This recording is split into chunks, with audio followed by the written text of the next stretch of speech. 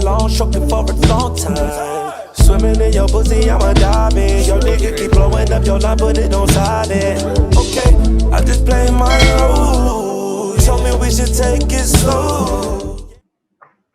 Okay. Hey, everybody.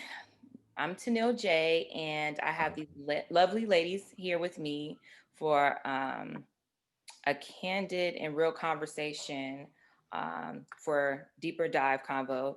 And today's topic, we're talking about Black women's health while in labor and delivery, well, or the lack thereof, and what are some of the things that we can do to combat against these things. So, Mika, won't you start it off and introduce yourself and tell us who you are? Sure. My name is Mika Cade, and I am a mom. I have 2 kids. I'm also a doula, and I'm also the educational coordinator for the Oakland Better Birth Foundation. And we both support new doulas and provide doulas at low and no cost for the community. All right. And Angelisa. Hello, I am Angelisa. My middle name's Janae, so I always go by Angelisa Janae, with hence the AJ in the corner. This year, actually, it was Halloween of actually last year. Excuse me, forgot it's like a continued year. But anyways, just gave birth to my first son, first child, during COVID, during everything going on in 2020. All right. Arisha. So my name is Arisha Zan. I am a first-time mama. My little boy just turned a year last weekend, which is so hard to believe. I also am a birth worker and just a Black women birthing advocate. Uh, yeah, and that's up who I am and why I'm here. All right. And Shauna. I am Krishana, and I am also a first time mom. And this is the little one, well, the big little one, Skylar. And she is almost 5 months. Oh my goodness. And so everybody's a mom, including myself, as the people who tune in know that I'm a mom, and my son, he'll be 8. I always get the age wrong every time I say it on here. Like, girl, do you know how old your child is? But he'll be 8 next month. So let's start us off. So Angelisa, since you are the most recent one who had a baby, can you just speak a little bit to the treatment that you received in the hospital, or some things that you think that could have been better? The hospital specifically. So I'm going to give this disclaimer just for anyone that is watching and listening. I will be as honest as humanly possible. I do work for the healthcare company in which I was receiving services. So the things that I will say will have somewhat of a bias or something, because I want to continue to keep my job. But going forward. So yes, so I was pregnant. February 1st is when I was conceived. Went through all of 2020, just outside of the hospital, because I can't really speak to the hospital because my situation was a tad bit different. I will say this. I had no clue what was going on. I felt like it was 1922 and you're having a baby, in a sense that there's no, I mean, Google can only take you so far. YouTube can only take you so far. And do I really have to do that in 2020? No classes. The classes that I could get after calling 80,000 people and again, remember, I work here, no special treatment. So calling all these people trying to get into some type of class so I would know, okay, I'm going to have this baby and then what? Because I don't know. And I'm a planner. You can't really plan pregnancy, but there's certain things you should know. Like, okay, what if I can't breastfeed? Okay, what does emergency C-section look like? What do I need to anticipate? Anything like that. I didn't know what I was doing. It took until I was maybe like 9 months for me to actually get into a class, and that was after I had to yell at a few people. The class that I was able to get into was, get this, a nice webinar where they did not send me any of the materials for that class. So it's essentially like a really bad YouTube that I was just sitting in the middle of, where they played videos from like, I don't know, like I don't even know, like the 80s, of someone pushing out a baby and trying to explain to me what to expect. I will say that some people try to give me a good overview in a sense that like parking and things like that. But that's just setting the tone to my actual labor. So I didn't know what was going on. I didn't have a lot of information. I was basically going into it blindly, other than what I've asked some of my friends and loved ones. So that being said, my hospital experience was a tad bit different because I knew people. And if I didn't know people, I think I would have, I don't even know, because I did not have a clear cut labor and delivery. There were a few complications, but it was because I knew a nurse that could get me in. I knew a nurse that had a little bit of ranking, so they weren't going to hand me off to someone that didn't really care. I had people that, stayed and did a double shift to make sure that I was okay. That's not always the case. For my particular labor and delivery story, I was spent 30 hours in labor. My child was sitting on his umbilical cord. Every time I tried to contract, he stopped breathing. So his heart rate dropped to like a 50 for like a solid minute. So everybody's rushing in trying to make sure I'm okay. But again, it was it was the fact that I knew people, I think, that played a role. I'm not going to say in their service. The service was going to be the service regardless, but did it help that they thought that I might have been someone? Maybe, possibly. They definitely, once I got in there, suggested that I get an epidural, mainly because they did not know if they would need to rush me to an emergency C-section, in which case they would have to put me to sleep. And I will say that it was down to the last 10 minutes before they were going to rush me to an emergency C-section when I finally was able to deliver vaginally. I do think they suggested epidural to everyone. I don't know if that's good or bad.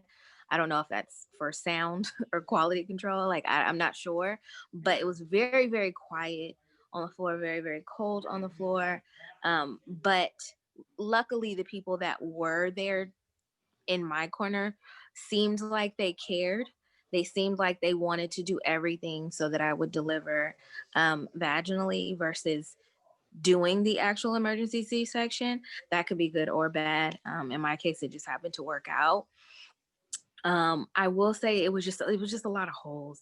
I just really didn't know. It was kind of like I was in the I was actually admitted for a very long time. Didn't know when I was going to ever get released. Sitting there with like the IV connected in my arm and no IV. They're just like, oh, we might need to use it later, so we're just gonna leave it in your arm. I'm just like, okay, this hurts. So can we take it out if I don't need it? So 2 days later of actually being in there, then they're like, oh, okay, we can take it out. My arm like still feels funny to the touch because of that. So it was just a very different experience. I pushed with my actual mask on, very, very cold. No one can actually come in there. It was a different experience. I would love to hear what some of you other ladies experienced during your delivery story, and maybe I can elaborate. Can I ask Krishana?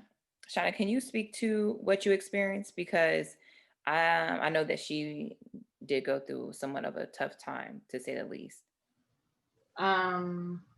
In terms of my delivery and that process, I would say it went pretty smooth.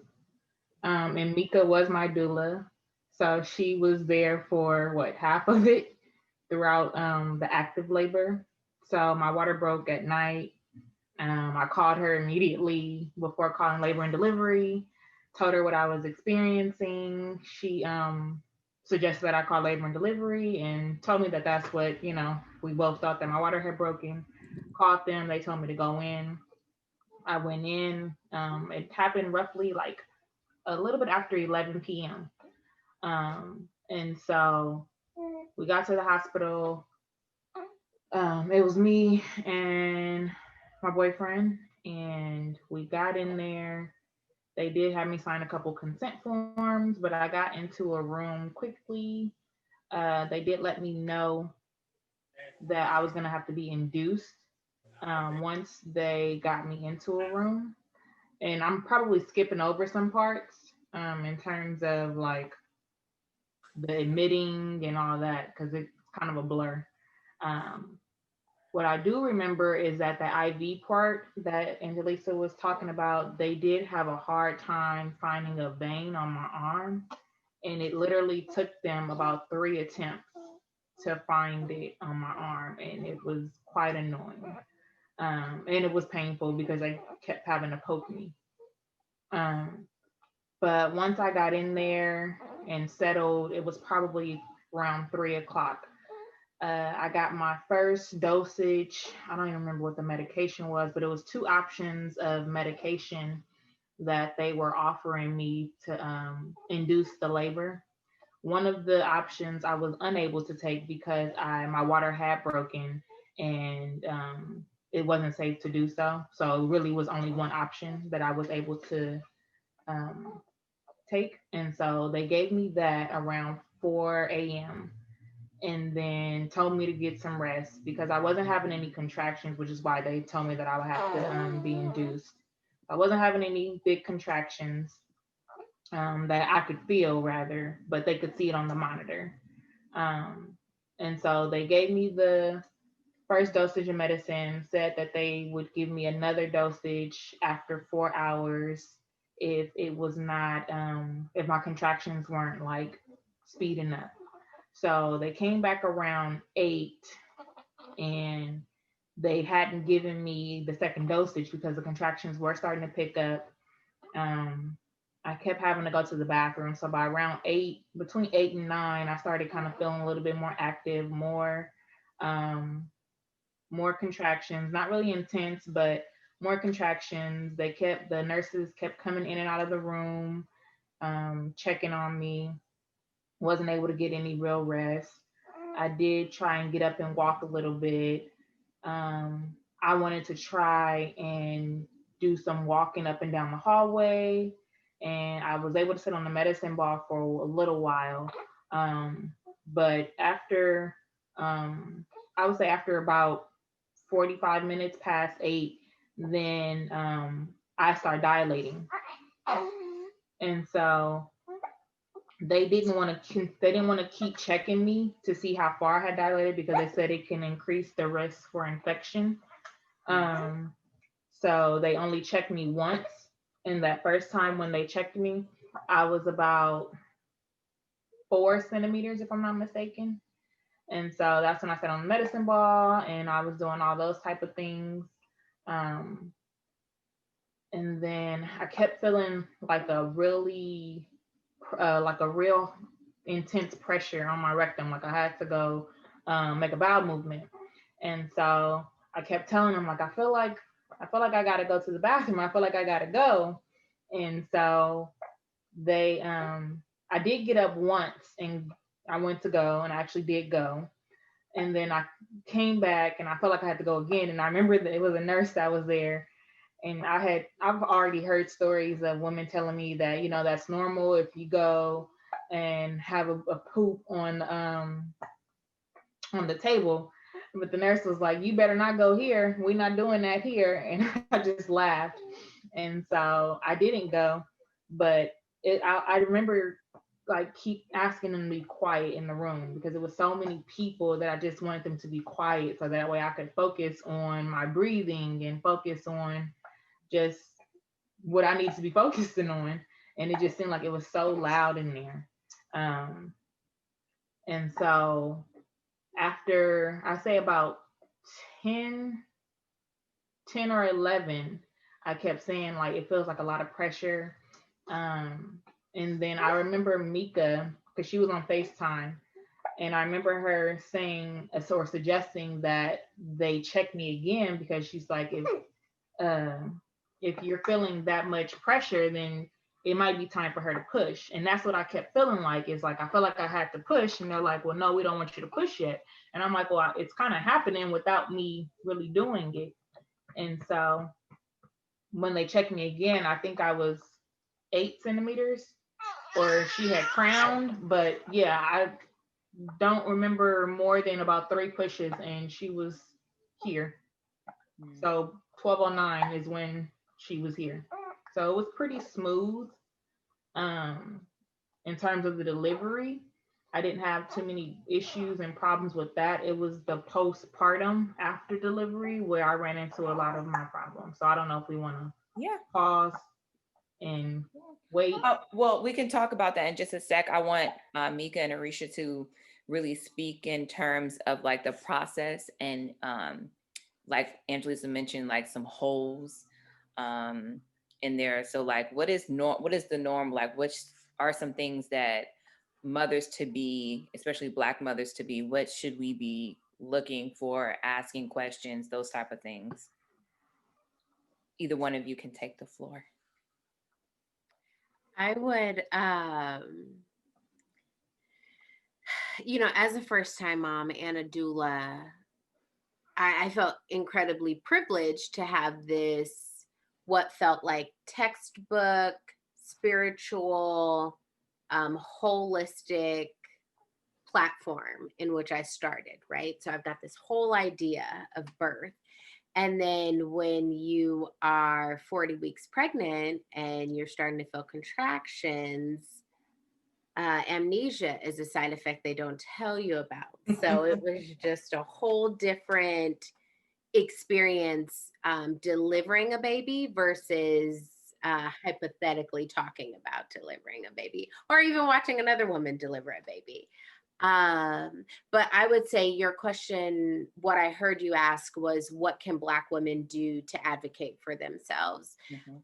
There is nothing that I have come across, and Mika, if you have, please speak to it, but there is nothing that I have come across that could prepare you for when that baby takes its first breath. So that's like the aspect of motherhood. But if we're talking about birthing, right? Read as much as you can, do all the Google searches, take all the classes, all that other stuff. But I would primarily focus on the people you have around you. Partners are great.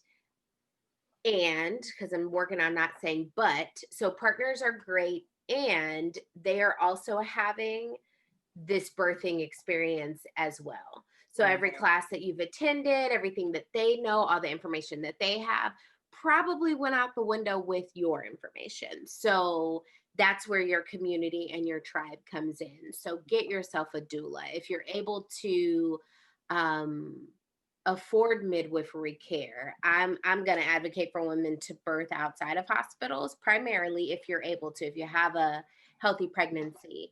But such an emphasis I want to place on your community. And that doesn't always mean my mom because she birthed me and my sister because she has 5 kids. Like those people are part of your tribe, but really to try to take an inventory of what you want your birthing experience to be and look at who's in alignment with those beliefs. For example, breastfeeding. That first 24, 48, 36, 72, 1 year, whatever we want to call it. But those first days are so crucial. And if you have somebody in your village who's like, you need to get that baby some Similac, that's out of alignment with what a mama may believe. So I think it's incredibly important to do an inventory, talk about what's true for you, and surround yourself with people who believe, 1, in your ability to birth, and 2, who are willing to support you in your birth plan, even if it's outside of what they're comfortable with. Mika, what do you have to add? Everything that Arisha said, pretty much. That was perfect. That was perfect. And something that I heard, Angelisa, when you were speaking about how hard it was to find like a childbirth education class beforehand, that is near and dear to my heart, and it breaks my heart that has happened and that continues to happen, but especially with the pandemic, and in that, especially in that time, it sounds like, when feels like earlier, the first half of the pandemic, maybe half, hopefully half, people were really struggling to figure out how to do this, right? How to provide childbirth education when it looked so different for so long. And I think that is key. And I think getting, and it doesn't it might be the childbirth education at your hospital. It might be childbirth education outside of your hospital, because your hospital is going to want to tell you, and it's helpful, right, to know the procedures and what might happen at the hospital where you're giving birth. But there are also options available to you that are even available to you at your hospital, but they might not necessarily mention in their childbirth education class because it's maybe less convenient for them. Correct. Can you elaborate on some of those options? Yeah, so when we're talking about like a birth plan, and let's say what could even go on a birth plan, we're talking about something like delayed cord clamping, which most hospitals say they do. We do delayed cord clamping, and they leave it at that.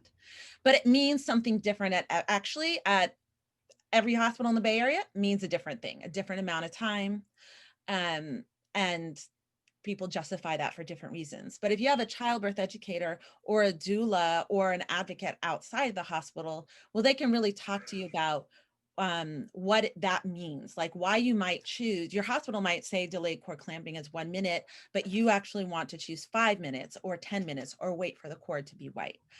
And that there are benefits to that.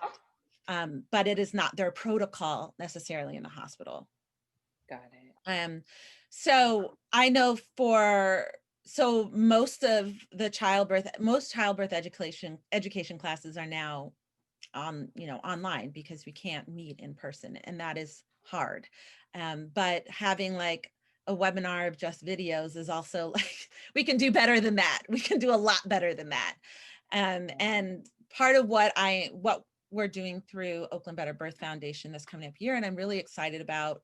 We started last year, but really didn't get into it till the tail end of last year, is offering childbirth education class that is particularly focused on moms of color, and particularly Black moms, and providing that education. And we're making it available to everyone. So it's a sliding scale. And we also are offering other classes. The nice thing about having it virtually is that we can reach more people, but that there's that in-person component that, I think we all miss. So that's a huge piece. I think also, I can't agree more with having that, whoever your group, whoever the people are that you want around you, that are in alignment with what you want. And sometimes that means hard conversations with family.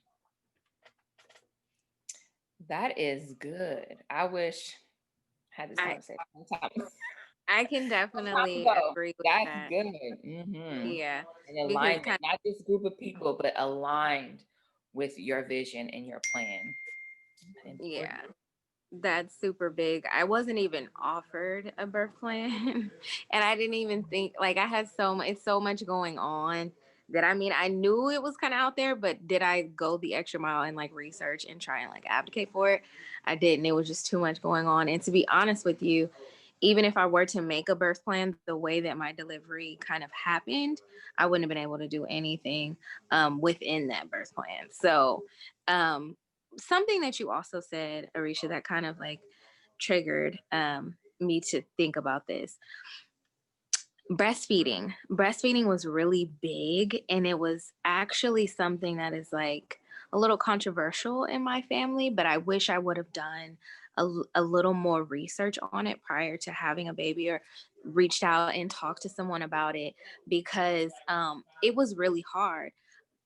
my baby was 5 pounds 9 ounces, and he's fine, but him sucking, he can suck, whatever the case may be, he just did not latch. Like he still won't latch, and he's now 2 months. But because I was so determined to give him breast milk, I'm like 100% pumping. That's hard. Did I research that ahead of time? Absolutely not.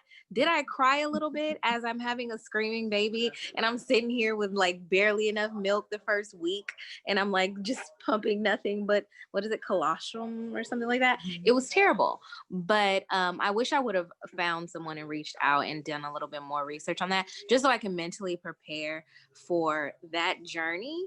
And then also, as I was in the hospital, I saw a lot of Black women representation, and I did not think I was going to see that because of where I delivered. My delivery nurse was Black. The nurse, there's different names for the nurses, but the nurse that literally waited on me and helped me deliver, Black.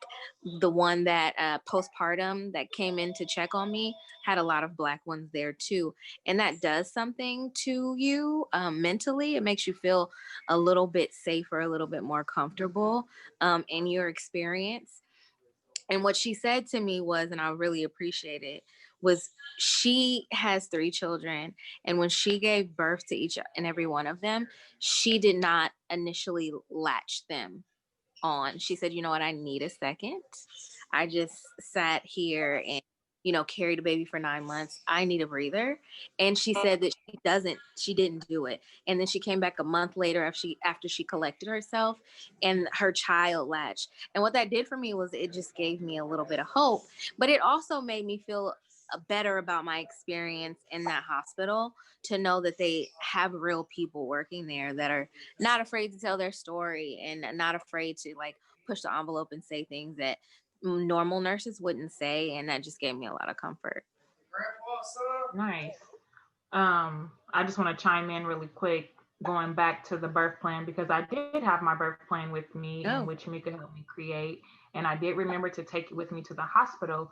However, I don't think that they followed it in terms of for epidural. I said to not ask me, don't offer it to me, allow me to ask for it if I want to.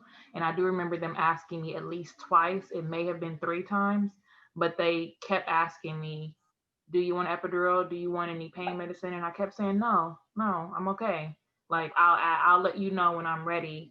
But I thought that was interesting because I'm like, I keep saying no, and you keep kind of being persistent with it.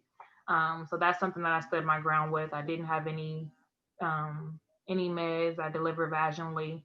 And so because she was so small at 4 pounds and 9 ounces, that probably is what helped me be able to push her little self out. If she had been any bigger, don't know if I would have been able to do no epidural, but that was something that I was proud of, that I didn't have to, go through any extra needle poking or any extra pain. And then to chime into what you said, Angelisa, the breastfeeding, yes, it definitely was difficult. Let me tell you, the pumping, even more difficult. I'm still pumping currently. But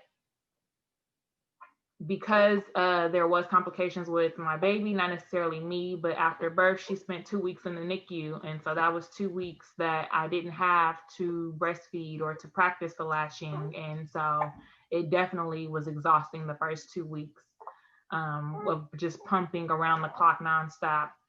And I'll say up until this last month is when she really just started latching on. So now we've got a good rapport with breastfeeding, to where I'm getting real comfortable with not pumping, but she's not eating as much now because she's teething. But there is still hope with her turning 5 months. Like, we are able to not have to get up in the middle of the night for those bottles. I can just put her on. And so keep trying.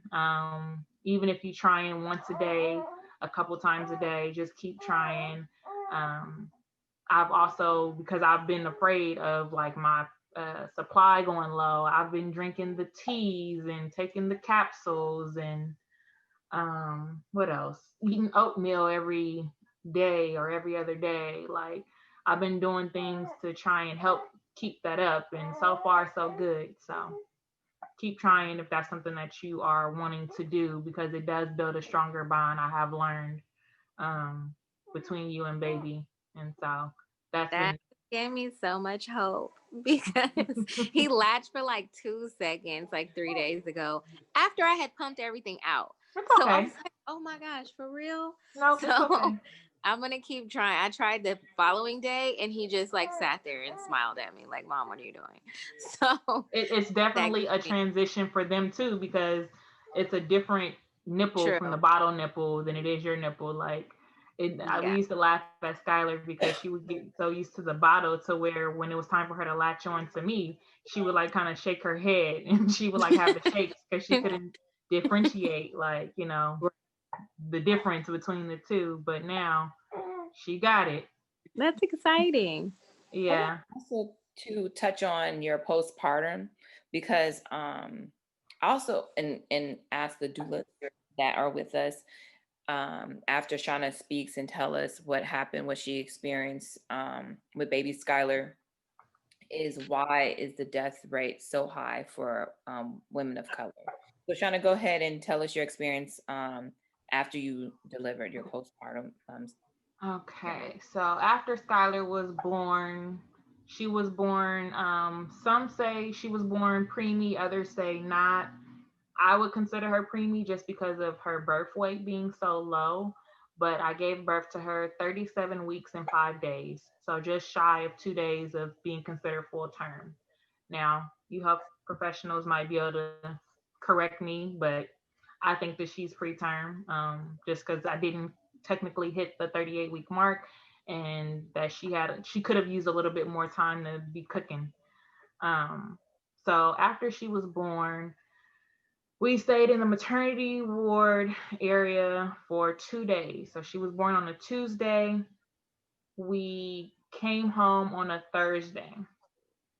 Now she had dropped down. I forgot the percentage, but she had dropped. So I guess it's normal for babies to drop down in their weight for the first couple of days, but then they're supposed to gain it back within a certain amount of time. So she was doing okay in the hospital. Like she was stable and everything upon being born. She was having some issues with her temperature and her sugar, in which they kept pricking her in her feet to check her blood sugar and taking her temperature every so often. But while they're doing this, they are, she's an infant, a newborn. So they are having her in the room uncovered, uh, where, any slight little change of temperature is going to change and it's cold. So I noticed that they did that a couple times. This is thinking back afterwards, but they're doing that. Sometimes the nurses wouldn't be able to get a blood sample. I know it took a nurse, I kid you not, like 20, 30 minutes to try and get a blood sample from her. And she's like crying and she's like, I don't know why I'm not able to do it. And um, so that was that. After we got discharged, I am told that what is that? What is that, nurse? Mika, that was supposed to come. Home health aide. Home health aide was supposed to come visit us the next day between 24 and 48 hours just to check up on us at home, really checking on Skylar and see how she's doing. Um, so I was looking forward to that on Friday. Nobody called to confirm a time or anything. Nobody ended up coming on Friday. Mika came to visit me on Friday to check on me about just checking up on me for, I think it was breastfeeding and just to do a check. And so, yeah, I'm good.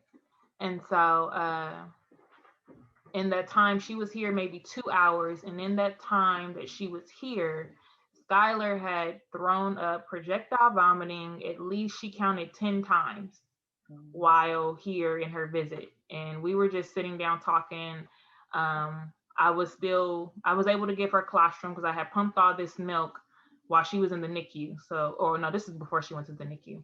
But I had colostrum. So any little bit that she was having, she was spitting it up, throwing it up, like more, she was spitting up more than she was keeping down. And so I was already like looking for the number to call the advice nurse to see like what happened to the home health and, you know, should I bring her in? But something just wasn't right because she was born in August. So this was when we had our hot days still. It's like literally hot and humid, and it's hot in my house. It's like probably 80 plus degrees in the house, and she's cold, like ice cold, to where she's not keeping her temperature. And so I called the advice nurse while Mika was there. They suggested that I bring her in. Mika suggested the same thing. I should take her in. Packed her up, took her in to the emergency. Took her into the emergency at Kaiser, where she was born. Walked in, let the nurse know what was going on. As I'm like waiting to take her vitals or talk to a nurse, I see like a man walking around. He doesn't have a mask on. I'm like, are you gonna tell him to put his mask on? And she's like, oh, and she tells him like to put his mask on. Then we go in a room where she takes her vitals. Skylar doesn't have on much of any clothes. I think she has on like a onesie because she couldn't fit too many of her clothes. I had her bundled up, but they had me undress her to take her vitals, and then they put us in a room. So they took her vitals, and then they put us in this room. We were literally in the room for an hour, and it's cold and it's airy. And I like, after a certain period of time, I'm like, okay, is someone coming in here because it is cold? You know, I let you guys know she was having temperature issues, and you have us in this cold room. Like, can we do something about this? And so somebody came in. When they came in, they immediately put her under a warmer and started taking x-rays of her. The x-ray technician at the time, as soon as he took the picture of the x-ray, he had caught up stairs to the surgeon or to someone, to a doctor, and let them know, like, this is what I just took a picture of. I just sent it to you. Something's not right. This is before I even knew. But like, they were really nice. The people that helped me there, when we got upstairs to the NICU, they were like working on getting her an IV and getting her situated. Before you know it, it's like 2 a.m. We ended up staying up there the whole night, me and Dad, before they determined that she had a stomach obstruction and that she was going to require surgery for it, which is pretty much a hole in her stomach where she can't digest her food and it just keeps coming up.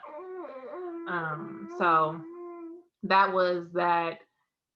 Her levels in terms of her sugar and her temperature, those were all factors, and amongst other things, that had to get to surgery status. Like, they had to prepare her to get to surgery before they were actually able to perform the surgery. And so that was what happened. She was in the NICU for about a week before they actually gave her the surgery. So she had the surgery about a week after being born, and then she spent the week in recovery to make sure everything went okay and she was good. I was told that her condition, in which what she was born with, is something that could have been detected and caught 20 weeks pregnant. So during my 20-week ultrasound, they could have figured this out, and I don't know how it would have went with her being born and already knowing that this was going to be a condition that she was going to have. But I imagine it would have been a whole lot easier to prepare for mentally for mom and dad. But it was definitely scary, definitely draining. All of the emotions going on and through your mind that you can think of, especially as a first-time parent, the frustrations of dealing with different nurses. Although the nurses that we had for the first weekend in the NICU were awesome, I tried to help to build a steady, consistent team for her, being that she was going to be there for X amount of time. so that way I can build a rapport with them and to just have people that I feel comfortable with, especially with leaving her there at night when I go home to try and rest and just gather myself and come back. But they didn't really do well with that. So I felt like Kaiser dropped the ball multiple times, from the ultrasound to the emergency visit to the home health aide, just multiple times with me, and with baby after being born. And just the experience was not the best. So as soon as I was able to get her out of there, I definitely did so. So she no longer has Kaiser benefits. Um, but we did talk to the surgeon a couple of times after surgery, and he checked in with us and he opened the door to allow questions to be asked if we wanted to reach out to him. So that was the postpartum aspect of it. And I never heard back from home health aide to like say anything about, oh, we're going to come on a different day, or just to follow up. Nobody ever checked back in with me or anything. I'm sorry, wait, they never came? No, no. I went back to when I went to the ER on Friday, they were supposed to come back. When I talked to somebody and I asked like, oh, what happened to the person that was supposed to come Friday? And they're like, oh, well, we have 48 hours. And because you left after a certain time on Thursday, we technically have until Sunday. I said, okay. Well, Sunday came around. I never heard back from anybody. And the people are like, you can make complaints and all that. I'm so tired of talking about the same thing to people who not gonna do nothing and nothing's gonna be done. Like it's mentally draining for me to not see any outcome. Like, yeah. But no, never heard back from home health. Nobody ever came, nobody followed up or anything. So can we talk about that? Can we talk about what happens when moms go home or after labor, the postpartum? And again, like I mentioned, why are the death rates so high and why they're higher than everyone else? So Arisha, would you like to speak on that, or Mika? Are you on mute? Yeah. He is on mute. Yeah. I was asking Mika if she wanted to start because I started last time, or I can start, whatever you're comfortable with. I can start. Krishana, correct me if I'm wrong, but you also called earlier in the day, that first day you were home, to say my baby's spitting up, and they were like, oh, it's just normal. Like you explained how much. There's a normal amount, sure. Yeah. That's more than what is considered normal. And they just dismissed you. Yeah. And I think and quite honestly, so it is normal for a baby to lose up to 10% of their body weight.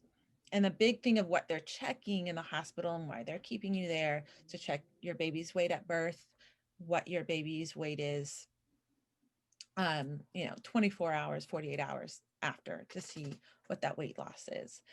So yeah, when she went back for the ER visit, she had dropped down to like 3 pounds and 10 ounces or something. She was under 3 pounds. I mean, under 4 pounds, which was her birth weight within 48 hours.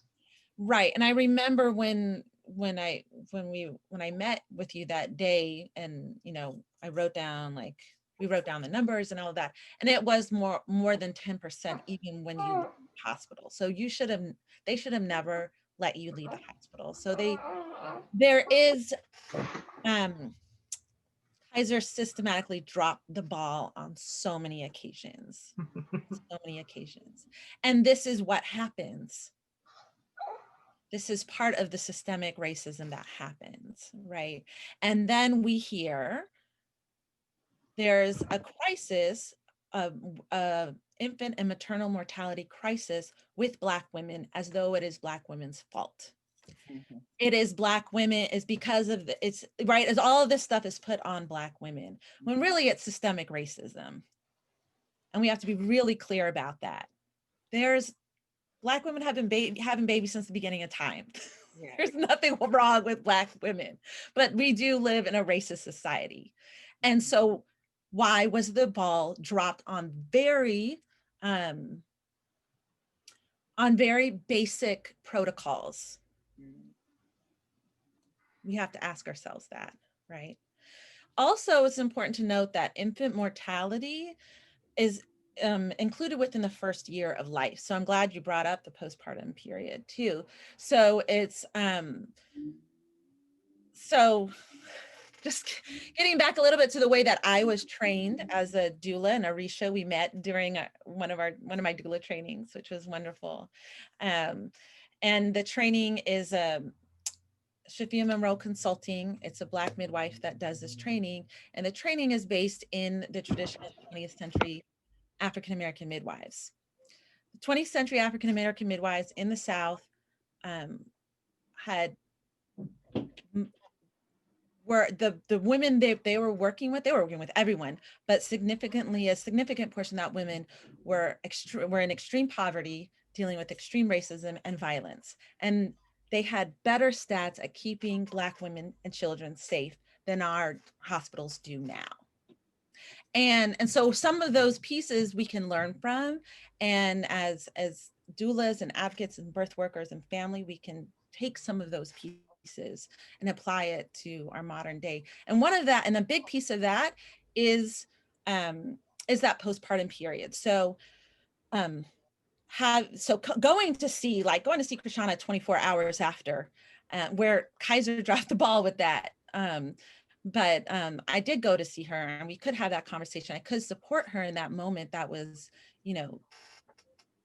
very intense. And then seeing each other frequently at the very beginning, and then less frequently as we go along, and then still within the first year, every once in a while, checking in with each other, seeing how we're doing.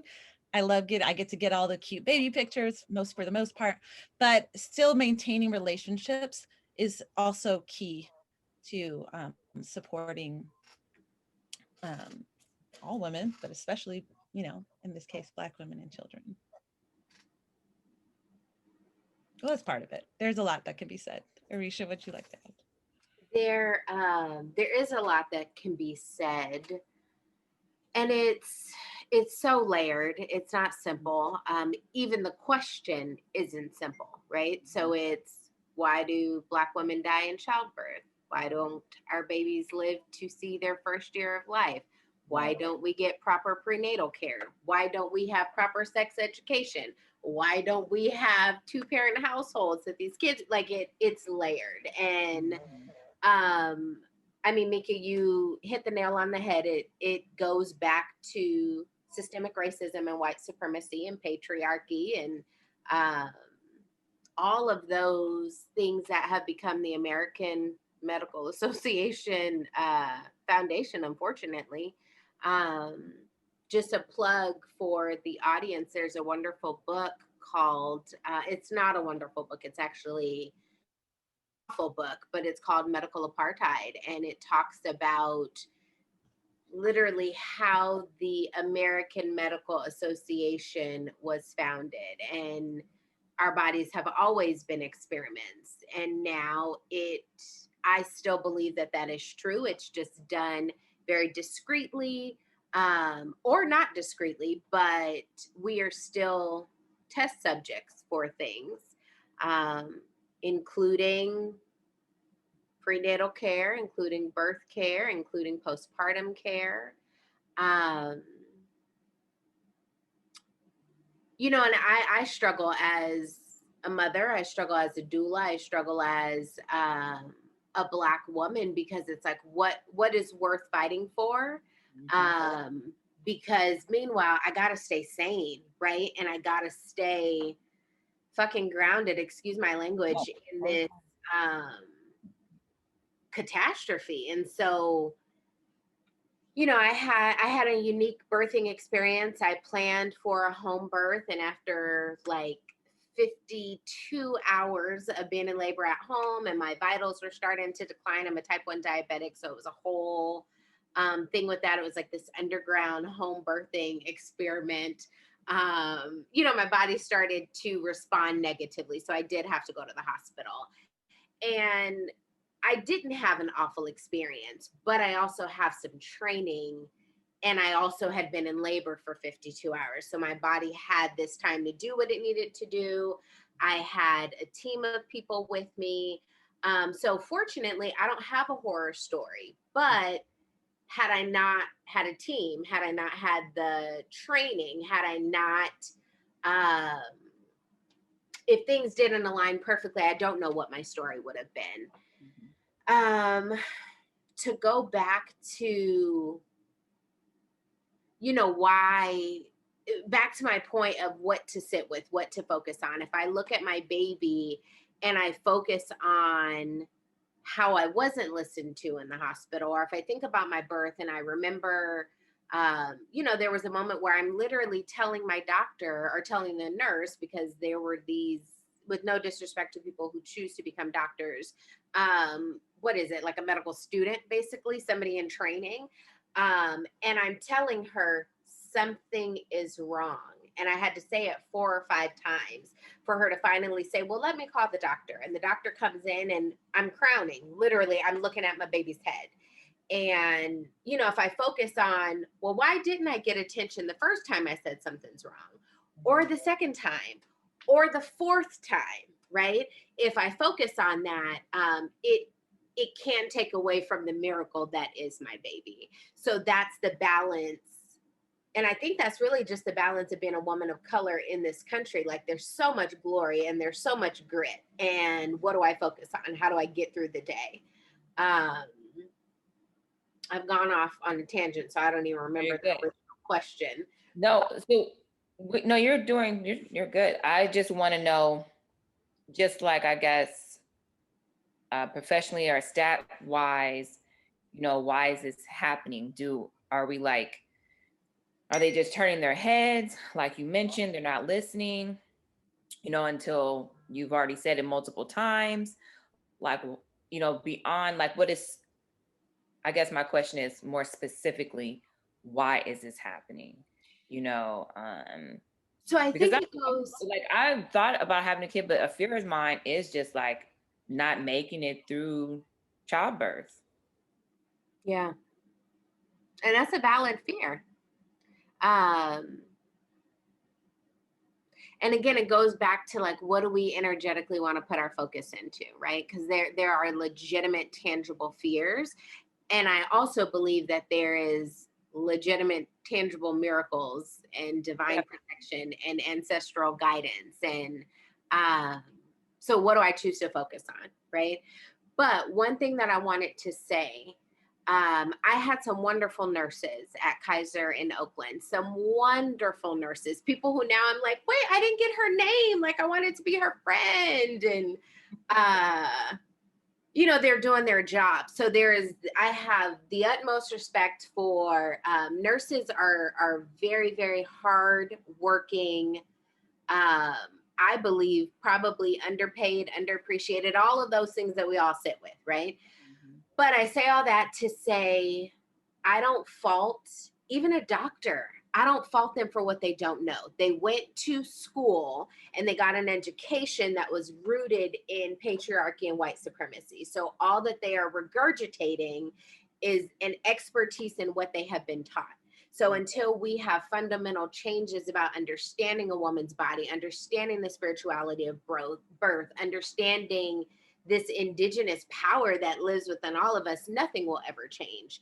So I don't look at my doctor and think, you ignored me because you're racist. You ignored me because I didn't check enough boxes on the sheet of paper that you're looking at when you come into my room, because you don't know me. You don't know what I believe. You don't know where I come from. And you don't know how protected I am. So you're worried about, like, insurance liabilities and things like that. So there's a disconnect. And so as a birthing person, undertaking like this whole spiritual revolution that is giving birth, I can't expect a doctor in a white coat to understand it because they've only read it in a textbook and they don't know me. So I say all that to say that I give a little bit of grace to the medical professionals because they are experts in what they've been taught. Now, have they been taught incorrectly? Absolutely. Yeah. Where do we make the change? Because Go ahead. because I'm just listening to when you're saying like the fundamentally, things have to be changed. So even if they are going off what they were taught, it's like, well, I don't common sense or compassion to see, to make people, to pay attention, like, okay, this patient has asked me twice, maybe I should take a look. And also too, I don't have a horror story like although my son, I'm a Kaiser baby, but my son, he was born in John Muir in Walnut Creek, and I had a fabulous birth. So no complaints there from the doctor and nurses, but just the things that I've read and things that we're doing right now, this conversation, the other conversations that I've listened to and watched, it's like, what is happening? Why? And it is a good thought to not focus on the negative and have a higher level of thought and of positivity. But what is something that is tangible that mothers can kind of be on the lookout as we get to the end of the conversation here? What are some tips that you guys would like to, or ladies would like to share? I just want to say this really quickly. Yes, there is higher level thinking, right? And there's let me put all my energy and my attention and my focus into what I can achieve and what I can manifest. Not to discredit the harsh, cold reality of what women of color are facing when we walk into these hospitals. So let me just be clear about that. While I am up here, we are down here, right? Right. So I just wanted to just speak to that, to be clear that I'm not by any means saying go in there with prayers and intentions. Like, we need real, factual, tangible birth plans and a birth team. And to add to that advice of getting a doula, get you a lactation consultant. Because breastfeeding, you think you're going to put the baby on the breast and they're going to feed. No. Mika knows. I reached out to her day 4, like, please help me. Just not understanding, and even just what that looks like. I don't want to get on that tangent, but go ahead, Mika. Well, one thing we do know is that there is bias by medical professionals. Just because you have a white coat on doesn't mean that you lose who you are, everything you grew up with, your ancestors, all that. So there is bias in the medical care system, and that bias impacts the care. And one of the biases that people have is not believing Black women when they're in pain, or when they tell them that something's not right. We see that, like, statistically, that is something there. Now, everyone's an individual, right? Like, every doctor, every nurse, and I personally also respect their humanity and know that just because you're a nurse or just because you're a doctor, you're not same as your colleague, even at the same hospital. I've had beautiful, wonderful, gorgeous births that people were fully respected, all this wonderful stuff at almost every hospital in the Bay Area. And I've also had really challenging births at those same hospitals. And and sometimes it's the dynamic of the staff members, because they're human beings. And sometimes, there's can be other reasons why too. But I do want to mention that, and that also that bias that people come in with. I think also, though, like, something that tangible that we can do. I love being a doula. I love my work. And I think we also really need to advocate for midwifery care. And midwifery care both in the hospital and outside the hospital. We're actually one of the only countries where midwives they have a license to either work in a hospital or out of a hospital. In most countries, they can work in either location. But midwifery model of care sees birth as a physiological process, and So it's a natural, normal process that the human body goes through. And there might be challenges that arise like any physiological process. And we deal with it when that happens. Whereas the obstetrics model of care is anything could go wrong at this time. And so we need to be prepared for anything that goes wrong. It's coming at it from two different angles. I think everyone deserves a midwife. Everyone deserves someone that gives them continuous care, that spends longer periods of time with them prenatally and postpartum, that talks about education and nutrition and all of those pieces. And if something comes up and you need an OB, have an OB. We have great OBs, and thank goodness we have great OBs in this country, but they should be doing surgery and they should be doing the technical work that they are really good at doing and saving lives because they're good at doing that. Well, I love that. Well, I thank you all. I will get some more information and I will drop it down below so that you guys can get information on how to either, I guess, become a doula, get a doula, and just help share the word. And so thank you all. You have been so great. I appreciate this. There's so many more questions I have, like money. The difference and all that stuff, and like how Arisha said she's get on a tangent. I'm like, girl, my mind, go ahead, go for it. We need a part 2. Yes, breastfeeding alone. How about that? Yes. So we will do that.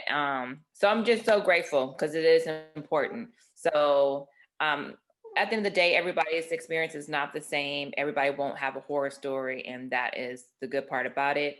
But we just still, the bigger picture is that we need to educate ourselves to spread the word. So until then, y'all, I'll holla.